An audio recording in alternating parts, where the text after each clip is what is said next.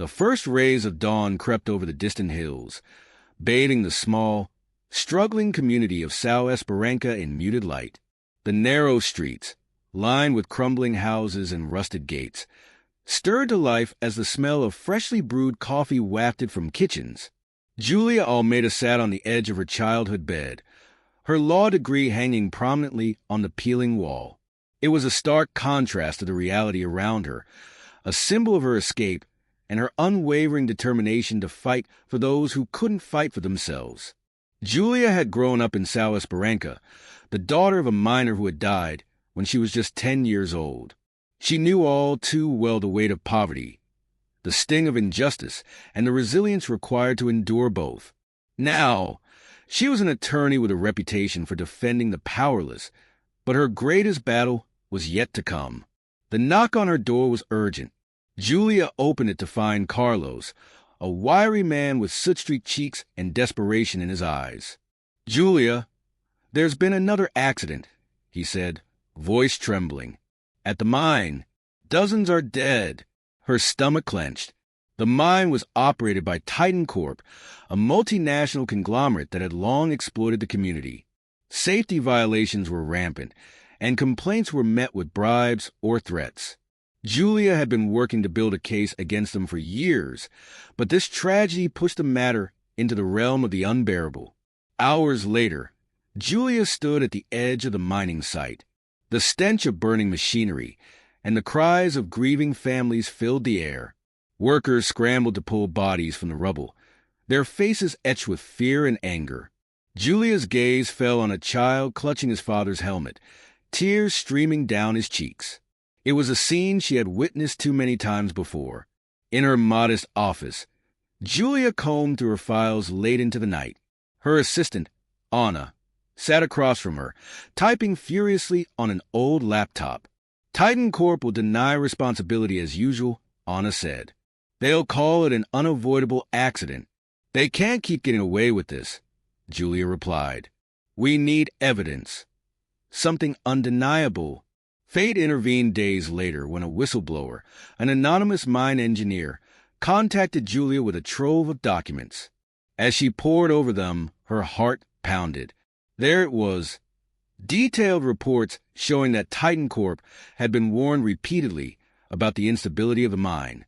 The company had chosen profits over safety, cutting corners despite knowing the potential consequences. "This is it," Julia whispered, her hands trembling. "This is the proof." The following weeks were a whirlwind. Julia organized meetings with the families of the victims, rallying support for a class action lawsuit. The local media began to take notice, but Titan Corp moved quickly to contain the damage. Their lawyers flooded Julia with cease and desist letters, and the corporation CEO, Marcos Villar, dismissed the accusations in a cold, calculated press conference. "These tragic incidents are regrettable," Villar said, his polished demeanor masking his indifference. "But Titan Corp operates within the bounds of the law. We stand by our safety protocols." Julia seethed as she watched him speak. Villar's calm arrogance made her blood boil. She knew he was the puppet master pulling the strings, using his wealth and influence to silence dissent. One evening, as Julia walked home from her office, a black car trailed her through the dimly lit streets. She quickened her pace, her heart racing. When she turned a corner, the car sped up and stopped abruptly. A man in a suit stepped out, blocking her path. "Ms. Almeida," he said, his voice smooth but menacing, "you're stirring up trouble for no good reason. Drop the case." Julia stood her ground. "Or what? You'll make me disappear like the truth." The man smirked. "Consider this a friendly warning. Walk away while you still can." That night, Julia sat alone, the weight of the confrontation heavy on her shoulders. Fear clawed at her resolve, but the faces of the grieving families and the innocent child from the mining site haunted her. She couldn't back down, not now, not ever. As the clock struck midnight, Julia made her decision. She would take on Titan Corp, no matter the cost. The battle would be uphill, dangerous, and grueling, but she was ready. The silent cries of São Esperança had found their voice, and Julia vowed to make sure the world would hear it. The courtroom buzzed with restrained chaos as Julia filed her initial motions against Titan Corp. Reporters jostled for positions outside, their cameras flashing like an unrelenting storm. It was the kind of attention Julia despised but knew was necessary. The world needed to see what was happening in Sao Esperanza. The documents provided by the whistleblower were damning.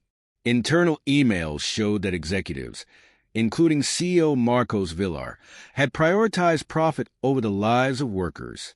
Maintenance costs had been slashed, and safety protocols were ignored, all to bolster shareholder dividends. But proving negligence in court would require more than just paper trails. It required human stories that would resonate with jurors. In the weeks that followed, Julia met with the families of the victims, compiling their testimonies. Maria, a widow whose husband had died in the collapse, sat across from Julia with trembling hands, clutching a photo of her husband and their children. "They knew," Maria whispered, her voice cracking. "He told me the walls of the mine were unstable. He begged his supervisor to shut it down, but they said they couldn't afford to lose a single day of work." Julia nodded solemnly, placing her hand over Maria's. "Your story matters. It will make them listen." But gathering these testimonies came at a cost. Julia's presence in the community made her a target. She began to notice unfamiliar faces at the cafe where she met clients, shadowy figures loitering near her office. Phone calls came at odd hours, silent but ominous. The pressure was mounting. One night, Julia returned to her office to find the door ajar. Her heart raced as she stepped inside. The files she had painstakingly organized were scattered across the floor, and her laptop was missing. Panic surged through her, but she forced herself to think clearly. This wasn't a random burglary. It was a warning. She reported the incident to the local police, but their indifference was palpable. The officer taking her statement barely concealed his boredom. "These things happen," he said with a shrug. "Probably just kids messing around." "It wasn't kids," Julia snapped. "Someone doesn't want this case to go forward." The officer's blank stare was answer enough. Titan Corp's reach extended further than Julia had anticipated. Determined not to be silenced, Julia sought out allies. She contacted investigative journalist Rodrigo Farias, a relentless reporter known for exposing corruption in high places. Over coffee in a bustling cafe, she slid a stack of documents across the table. Rodrigo's eyes lit up as he flipped through the pages. "This is explosive," he said. "But you know what you're up against, right? Titan Corp doesn't play fair." "I'm not asking for fair," Julia replied. "I'm asking for justice." Rodrigo agreed to publish a series of articles exposing Titan Corp's negligence, but his involvement came with its own risks. Weeks later, his office was broken into, and a thinly veiled death threat was left on his desk. "Back off, or else." Despite the intimidation, Rodrigo pressed on, and the public's attention began to shift. Protests erupted outside Titan Corp's regional headquarters, with workers and activists demanding accountability. The tide was turning, but the fight was far from over. Titan Corp retaliated with a media blitz of its own. Paid experts appeared on television, dismissing the allegations as baseless. Slick advertisements showcased Titan Corp's commitment to safety and investment in local communities. The narrative war was in full swing. Julia felt the weight of it all during a late-night meeting with her team. Anna, her assistant, looked exhausted but determined.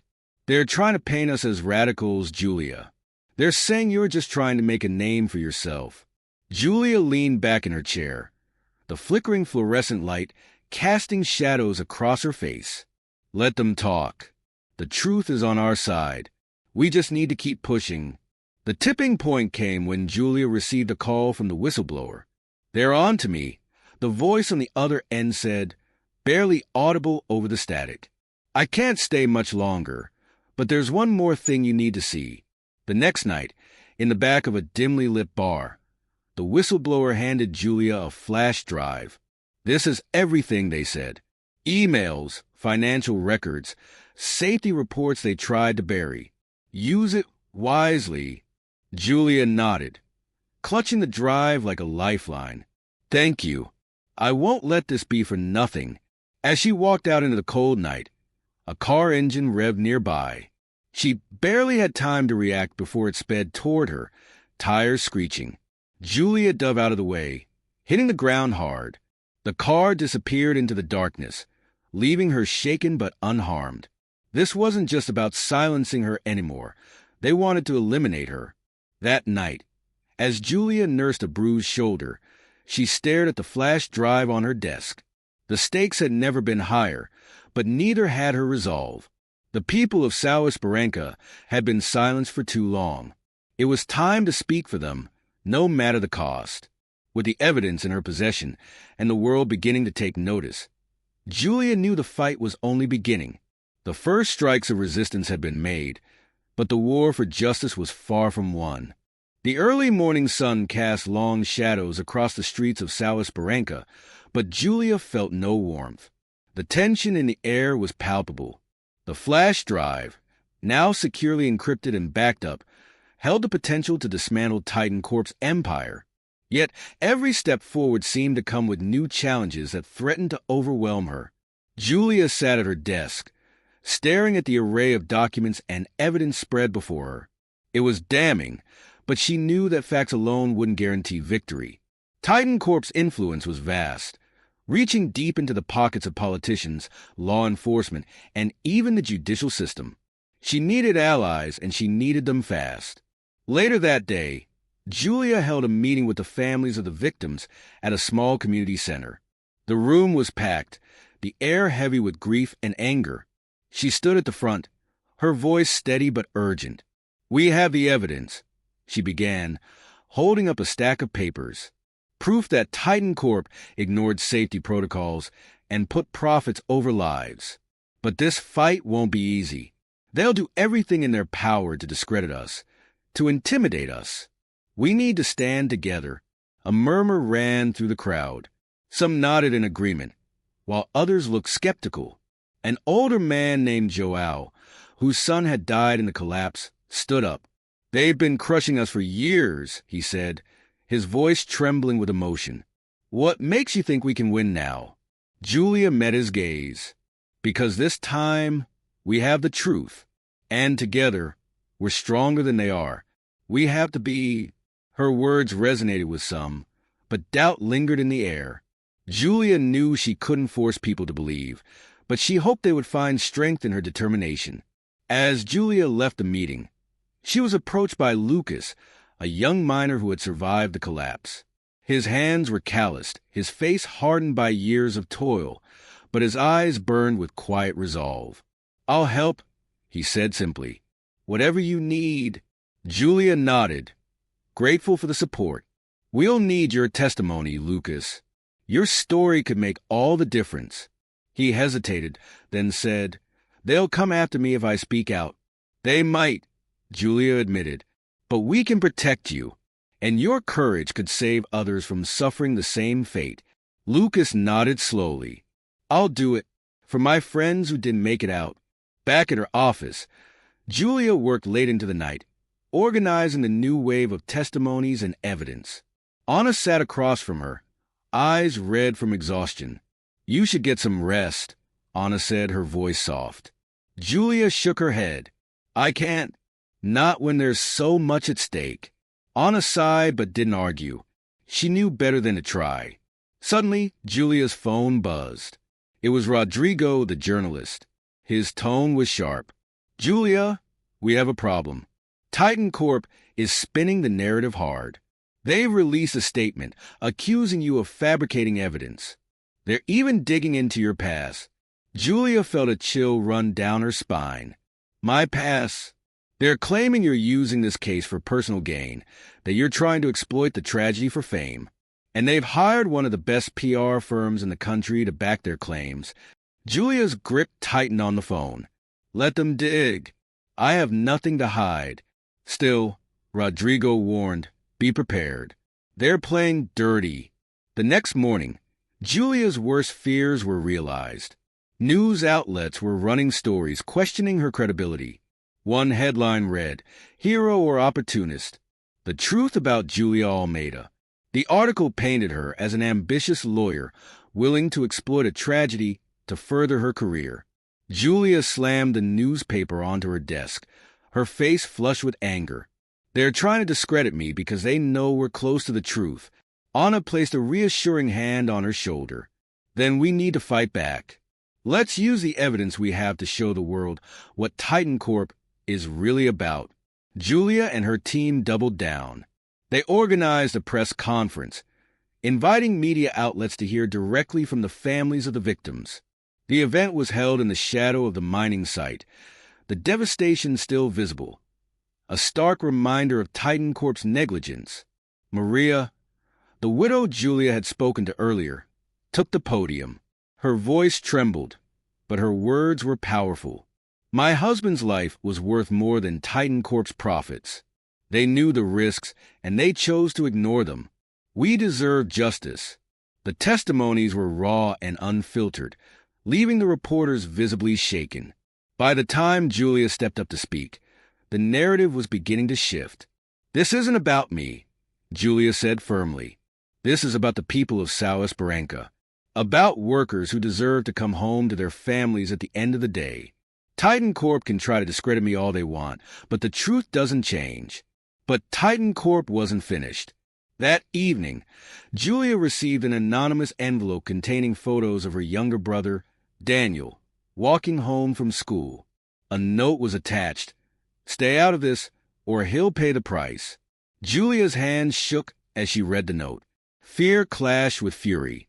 She immediately called Daniel, instructing him to stay with a trusted friend. But the threat weighed heavily on her. Titan Corp was no longer just targeting her. They were going after her family. That night, Julia sat alone in her apartment, the city lights twinkling faintly through the window.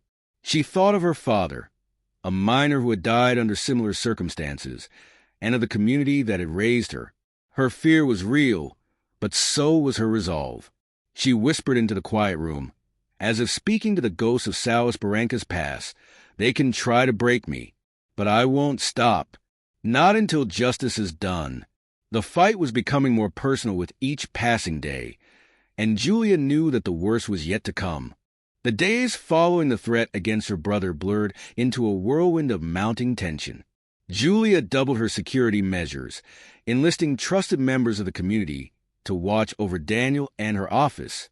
Despite the fear gnawing at her, she pressed on, knowing that every step forward was another blow against Titan Corp. Yet, the company's retaliation grew more insidious. They began to systematically dismantle the fragile unity she'd worked so hard to build. In a dimly lit cafe near the center of Sao Esperanca, Julia met with Lucas, the young miner who had agreed to testify. His face was pale, his hands shaking as he stirred his coffee absent-mindedly. "I can't do it," Lucas whispered, his voice barely audible over the clatter of dishes. "They came to my house. They know where my family lives." Julia leaned forward, her expression a mixture of empathy and urgency. "Lucas, I understand your fear, but your testimony is crucial. If you back down, they win." Tears welled up in his eyes as he looked away. "They're too powerful, Julia. They'll destroy us all." Julia's heart sank as Lucas stood abruptly and left the cafe, his shoulders hunched under the weight of his fear. She couldn't blame him, but his absence left a void in her case, and a gnawing sense of defeat. Meanwhile, Titan Corp's legal team launched an aggressive campaign to suppress evidence. Cease and desist letters piled up on Julia's desk, each one more threatening than the last. Court motions bogged her down in procedural battles, delaying the case and draining her limited resources. One afternoon, as Julia and Anna sifted through stacks of legal documents, Anna let out a frustrated sigh. "They're trying to bury us in paperwork. We'll never keep up at this rate." Julia pinched the bridge of her nose, exhaustion evident in her posture. "We don't need to fight every motion. Focus on the ones that matter. They want to distract us, but we can't lose sight of the bigger picture." Amid the chaos, Julia received an unexpected visitor. Father Miguel, the local priest who had been a quiet supporter of her efforts, arrived at her office with a grave expression. "You're carrying a heavy burden, Julia," he said, sitting across from her. "But you're not alone. The people of São Esperança are behind you, even if they're afraid to show it." Julia smiled faintly. "I appreciate that, Father. But fear has a way of silencing even the strongest voices." Father Miguel nodded solemnly. "Fear is a powerful weapon, but so is faith. Keep fighting, Julia. Your courage gives others hope." His words lingered in her mind long after he'd left, a small spark of comfort amid the encroaching darkness. The pressure reached a boiling point when Julia's home was broken into. She returned one evening to find her front door ajar, her belongings ransacked. On her kitchen table lay a single piece of paper with the words, "This is your final warning." Julia's hands trembled as she stared at the note. Her fear turned to anger, her resolve hardening like steel. She called Ana and Rodrigo, her voice steady despite the turmoil. "They're escalating," she said. "We need to hit back harder. No more playing defense." With renewed determination, Julia decided to take the fight directly to the public. She organized a town hall meeting, inviting workers, families, and reporters. The small community center was packed, standing room only, as Julia took the stage. "We are here today," she began, her voice strong, "because Titan Corp thinks it can silence us. They think their money and power can erase the truth. But we will not be silenced." The crowd erupted in applause, the energy in the room electric. Testimonies from survivors and families followed, each one a damning indictment of Titan Corp's negligence and cruelty. By the time the meeting ended, the community was more united than ever. But the victory was short-lived. The next morning, Julia awoke to news that several key witnesses had recanted their statements. The press framed it as a collapse of her case, with headlines like, "Titan Corp vindicated as witnesses backtracked." Julia knew the truth. The witnesses had been coerced or bribed. Her frustration boiled over as she slammed the newspaper onto her desk. "They're buying their way out of this," she said, her voice tinged with despair. Anna placed a hand on her shoulder. "We still have the documents, Julia. And there are still people who believe in you. Don't give up." Desperation drove Julia to seek unconventional help. She contacted Eduardo, a former investigator with a reputation for exposing corporate corruption. They met in a secluded diner, away from prying eyes. Eduardo leaned back in his chair, his expression skeptical. "Taking on Titan Corp is like poking a sleeping dragon. Are you sure you're ready for what's coming?" "I don't have a choice," Julia replied. "They've destroyed too many lives. I need someone who can help me uncover the skeletons they've buried." Eduardo studied her for a moment, then nodded. "All right, but this won't be pretty. Titan Corp plays dirty, and we'll have to dig deep." The following weeks were a blur of late-night strategy sessions and covert investigations. Eduardo's expertise proved invaluable, uncovering more evidence of Titan Corp's corruption, financial records, hidden offshore accounts, and even internal communications painted a damning picture. But with each breakthrough came new risks. Anonymous threats escalated, and the tension within Julia's team reached a breaking point. One night, as they huddled in her office, Anna voiced what everyone was thinking. "How much more can we take, Julia? They're coming after us from every angle. At what point do we cut our losses?" Julia's gaze was steady as she replied, "We don't. They're counting on us to break. But if we stand firm, we can win." Her words were met with silence, but the determination in her voice rekindled the dwindling hope in her team. As the chapter drew to a close, Julia stood at the edge of the mining site where it had all begun. The air was still, the ruins bathed in moonlight. She whispered a silent promise to the victims and their families. "I won't stop fighting. Not for you, not for anyone." The shadows of retaliation loomed large, but Julia refused to let them snuff out the light of justice. The battle was intensifying, and she knew the next move would be hers to make. The morning broke with the sound of distant construction, a stark reminder that life in Sao Esperanza moved forward, even as Julia's fight against Titan Corp reached a critical juncture. The small victories she had won felt increasingly fragile under the weight of the corporation's relentless counterattacks. Sitting at her cluttered desk, Julia stared at the latest batch of legal briefs. Eduardo leaned against the doorframe, his expression grim. "They're doubling down," he said, dropping a folder onto her desk. "They've filed for a motion to dismiss, claiming insufficient evidence. If the judge agrees, it'll set us back months." Julia rubbed her temples, exhaustion lining her face. "We need to keep the pressure on. If they think they can bury us in bureaucracy, they're mistaken." But even as she spoke, doubt crept into her voice.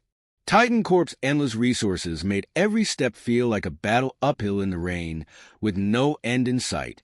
The tipping point came later that afternoon. Julia's phone buzzed with a message from Anna. "Come to the community center now." When she arrived, the center was packed with angry workers and their families. The air buzzed with tension. At the front of the room stood Miguel, one of the few miners willing to speak out publicly. His face was flushed with anger. "They're threatening my family," Miguel shouted, his voice cracking. "They said if I testify, I'll lose everything." Julia stepped forward, raising her hands to calm the crowd. "I understand your fear," she began, "but this is exactly what Titan Corp wants. To divide us, to make us doubt ourselves and each other." Miguel shook his head, tears glistening in his eyes. "They have the power, Julia. We're just pawns to them. How can we fight that?" Julia's voice softened, but her words carried weight. "Because we're more than pawns. Together, we're a force they can't ignore. But if we let fear win, they'll keep exploiting us forever." Her words resonated with some, but not all. A group of miners walked out, their faces a mixture of guilt and defiance. The cracks in the movement were becoming more apparent, and Julia felt the strain of trying to hold everything together. That night, Julia sat alone in her office, the weight of the day pressing down on her. The files in front of her blurred as tears welled in her eyes. For the first time in years, she questioned her resolve. Her thoughts were interrupted by a knock at the door. It was Eduardo, carrying 2 cups of coffee. He set one in front of her and sat down without a word. "You're thinking about giving up," he said finally, breaking the silence. Julia looked up sharply, but the fatigue in her eyes betrayed her. "I don't know if I can keep this up. Every time we gain ground, they knock us back. And now people are pulling out. I'm losing them." "Eduardo." He leaned forward, his gaze steady. "You're not losing them. They're scared, and you're scared too. But fear doesn't mean you stop. It means you fight harder." His words struck a chord, reigniting a flicker of determination. "You're right," she said softly. "We can't stop now." The following day, Julia made a bold move. She held a press conference in front of the regional courthouse, flanked by the families of the victims who still supported her. Cameras flashed as she spoke. "Titan Corp believes they can silence us through intimidation and deceit," she declared. "But we will not back down. The people of Sao Esperanza deserve justice, and we will not rest until we get it." Her defiance made headlines, drawing the attention of national media outlets. Public opinion began to shift, and with it, the pressure on Titan Corp intensified. But the company wasn't about to back down either. The retaliation came swiftly. Rodrigo, the journalist who had been a steadfast ally, called Julia late one night. "I've been blacklisted," he said, his voice laced with frustration. "No outlet will touch my stories anymore. Titan Corp's PR machine is working overtime." Julia felt her stomach drop. The walls were closing in, but she couldn't afford to lose Rodrigo's voice in the fight. "We'll find another way to get the story out," she promised. "They can't silence everyone." As the case neared its preliminary hearing, Eduardo uncovered a critical piece of evidence: a series of internal emails showing that Titan Corp executives had conspired to cover up safety violations. It was the smoking gun they needed to keep the case alive, but the discovery came at a cost. Eduardo's contacts warned him that Titan Corp was escalating its tactics. That evening, Julia received another anonymous note. "Walk away or you'll regret it." Despite the threat, Julia pushed forward. The next morning, she and her team arrived at the courthouse, bracing for the hearing. The room was packed, tension thick in the air. Titan Corp's high-powered legal team sat opposite her, their confidence palpable. Julia presented the newly uncovered emails as evidence, her voice steady despite the undercurrent of fear. The judge, a stern woman with sharp eyes, reviewed the documents carefully. After what felt like an eternity, the judge spoke. The evidence presented is compelling enough to warrant further proceedings. The motion to dismiss is denied. A ripple of relief swept through Julia's team, but the victory was bittersweet.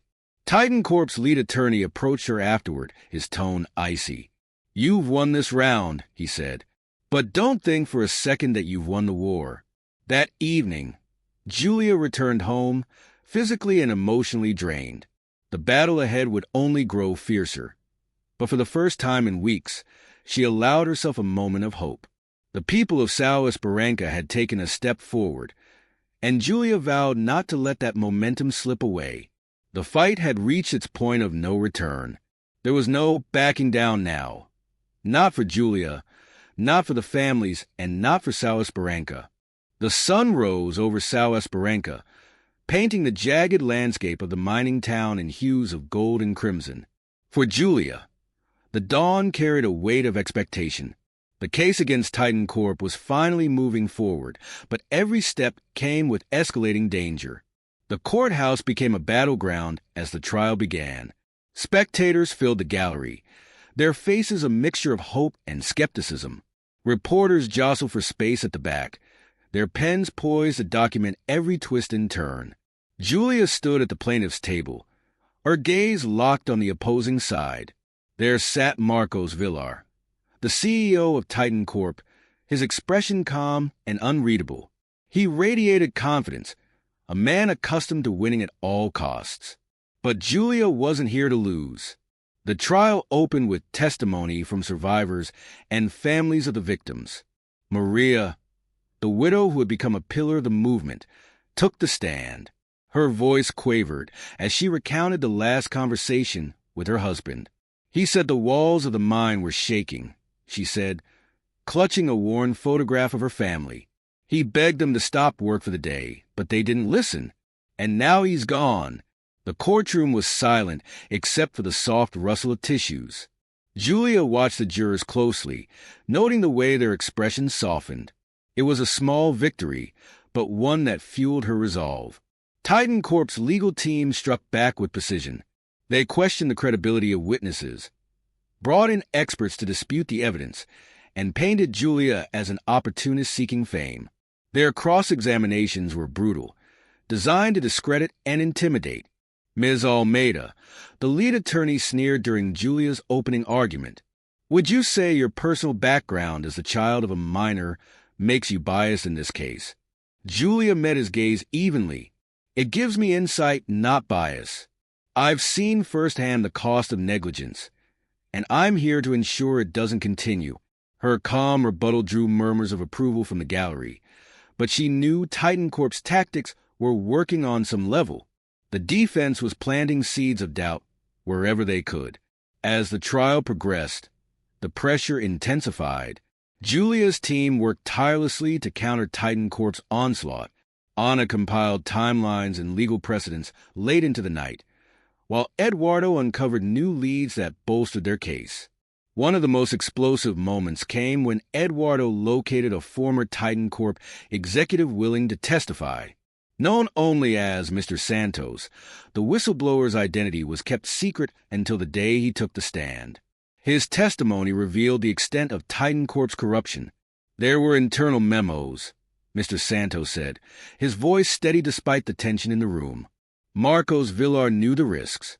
He was warned repeatedly that the mines were unsafe, but he dismissed the concerns. Profit was all that mattered. The courtroom erupted into murmurs. Villar's composure faltered for the first time, his jaw tightening as he whispered to his legal team. Julia felt a surge of triumph, but she knew the battle was far from over. The climax of the trial came when Julia decided to confront Marcos Villar directly.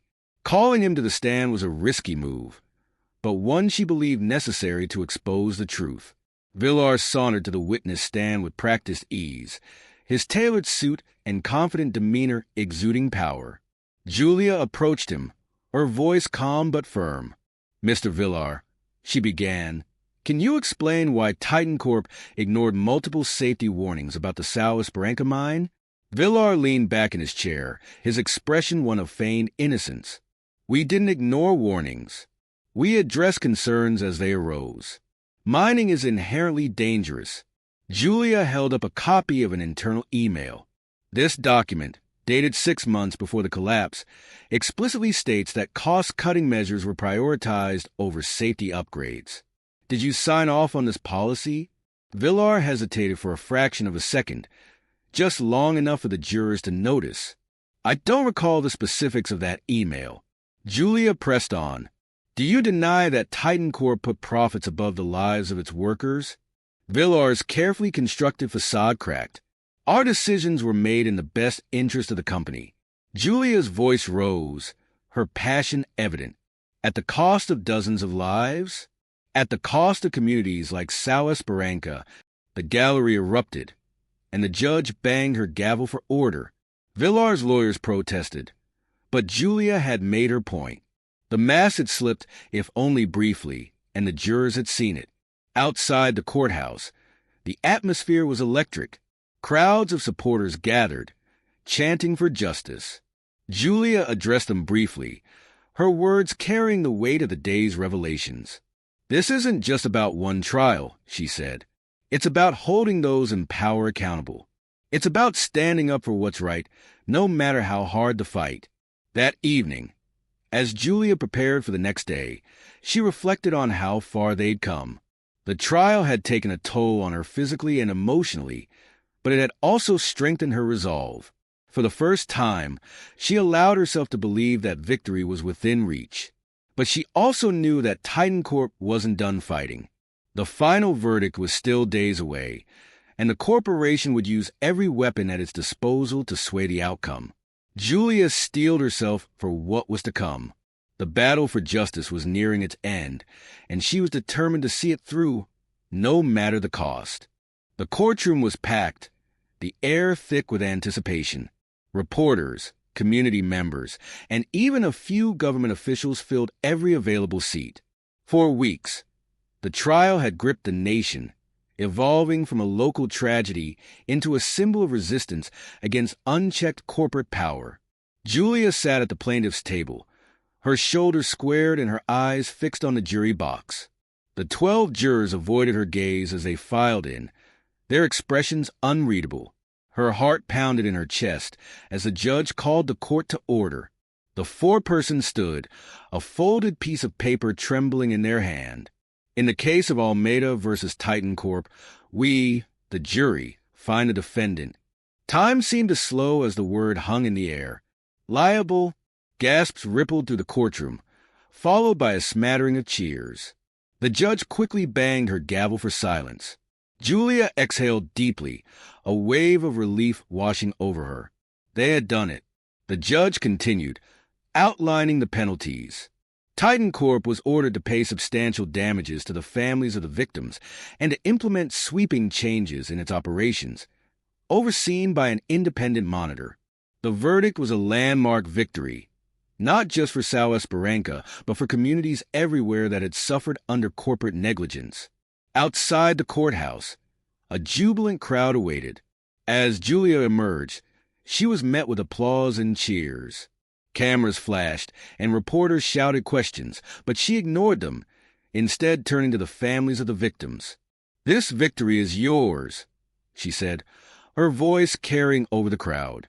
"Your courage, your resilience, it made this possible. Justice has been served, but the fight doesn't end here. We must remain vigilant, and ensure that no one else suffers as you have. Her words were met with thunderous applause. Among the crowd, Julia spotted Maria, Lucas, and the other community members who had stood by her. Their faces, once marked by grief, now shone with hope. The victory, however, was not without its costs. Titan Corp immediately announced plans to appeal the verdict, vowing to drag the case through higher courts.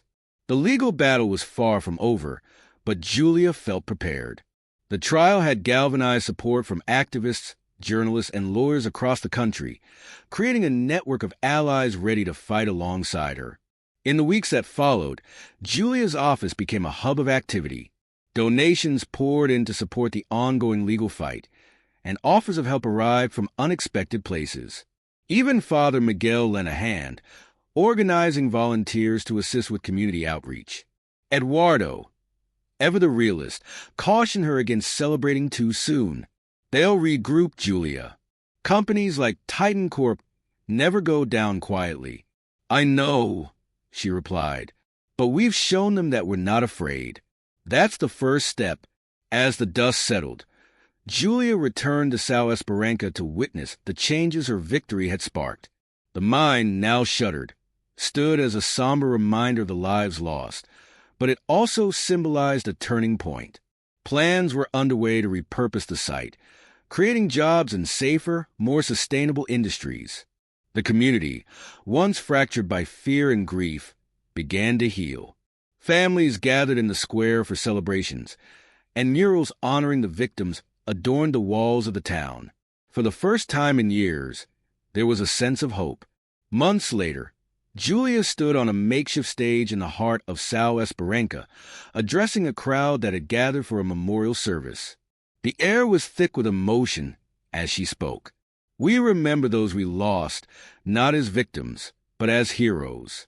Their sacrifice has inspired a movement, a promise that we will never again allow greed to overshadow humanity. Her words resonated deeply, drawing tears and applause from the crowd. As she stepped down from the stage, she felt a hand on her shoulder. Turning, she saw Lucas, now a leader among the miners, his face lit with gratitude. You've changed everything, Julia, he said. Not just for us, but for communities everywhere. She smiled faintly. It wasn't just me. It was all of us. In the quiet moments after the service, Julia reflected on her journey. She had faced impossible odds, endured threats and losses, and emerged stronger. The fight against Titan Corp was ongoing, but she knew she was no longer alone. Looking out at the faces of São Esperança, she felt a deep sense of purpose. Her battle had become more than a quest for justice. It was a movement for change, a beacon of hope for those who had been silenced for too long. The voices that the world had tried to quiet were now roaring, unstoppable and united. As the evening sun dipped below the horizon, Julia whispered a promise to herself and to the people of São Esperança. This is only the beginning.